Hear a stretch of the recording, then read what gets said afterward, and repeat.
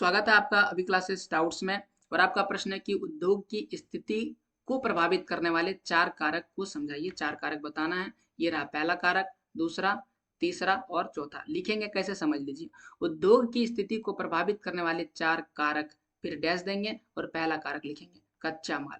उद्योग के लिए कच्चा माल अपेक्षाकृत सस्ता एवं सरलता से प्राप्त होना चाहिए। भारी वजन, सस्ता मूल्य एवं वजन घटाने वाले पदार्थों पर आधारित उद्योग कच्चे माल के प्राप्ति स्थान के समीप ही स्थापित किए जाते हैं। यानी जहां पर कच्चा माल मिलेगा, जैसे भारी कच्चा माल है तो जहां कच्चा माल मिलेगा वहां पर ही फैक्ट्री मिलेगा, लगा लगा देगा। जैसे लोहा इस्पात उद्योग हो गया, चीनी उद्योग हो गया या सीमेंट उद्योग हो गया, ये वहीं पर लगाया जाता है जहां ये प्राप्त होते हैं।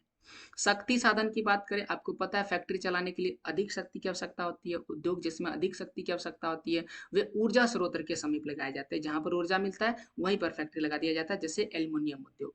बाजार की बात करें, उद्योगों की स्थापना में सबसे प्रमुख कारक उसके लिए उत्पादित माल को बाजार में उपलब्ध होना।